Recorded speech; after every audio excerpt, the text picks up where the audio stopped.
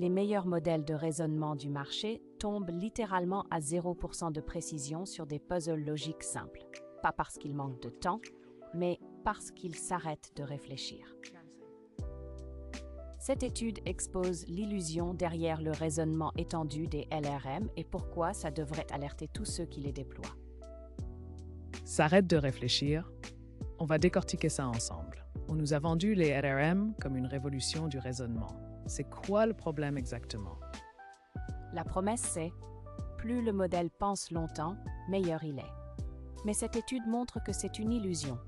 Sur des puzzles contrôlés, les LRM sont parfois moins bons que des LLM classiques et ils s'effondrent complètement dès que la complexité monte trop haut.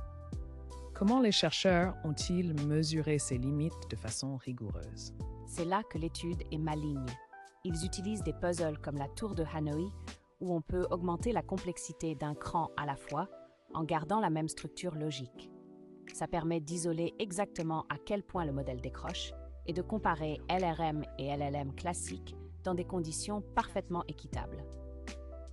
Ces chiffres sont vraiment frappants. Qu'est-ce qu'on voit exactement? À 2 disques, les LRM sont excellents, à 95%.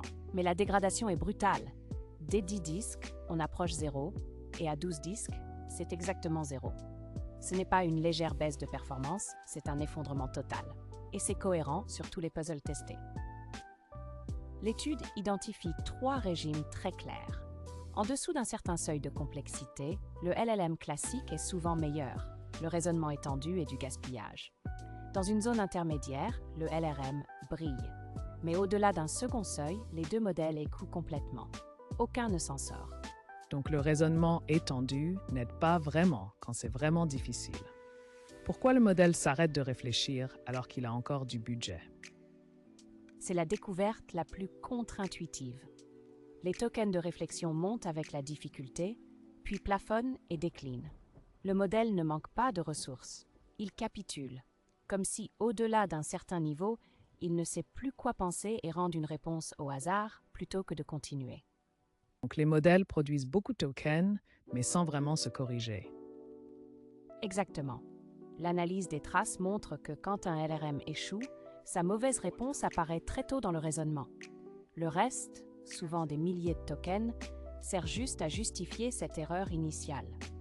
C'est du surraisonnement, pas du bon raisonnement. Et sur les benchmarks mathématiques classiques, quelle est la différence? Sur Match 500 à budget de token équivalent, le LRM atteint 87% et le LLM standard 95%. C'est quasiment identique. Ça veut dire que l'avantage des LRM sur les benchmarks populaires disparaît dès qu'on contrôle le budget. La magie du raisonnement étendu, c'est souvent juste plus d'essais. Est-ce que donner l'algorithme au modèle change quelque chose? Non, et c'est troublant. Même quand on fournit explicitement l'algorithme à suivre, les RM ne l'appliquent pas correctement. Ils raisonnent de manière incohérente selon les problèmes et les échelles. Ce n'est pas du raisonnement au sens algorithmique, c'est de la reconnaissance de patterns qui s'effondrent face à la nouveauté réelle. Ce papier est un signal d'alarme clair. Les LLM actuels ne raisonnent pas vraiment. Ils extrapolent des patterns vus à l'entraînement. Pour les développeurs qui les utilisent en production sur des tâches complexes, il faut être prudent sur les seuils de fiabilité. Si ce sujet vous intéresse, on recommande d'explorer les travaux sur les agents LLM avec vérification externe, une piste prometteuse pour contourner ces limites. Et si cette vidéo vous a apporté quelque chose, abonnez-vous. On décortique chaque semaine les recherches qui comptent vraiment.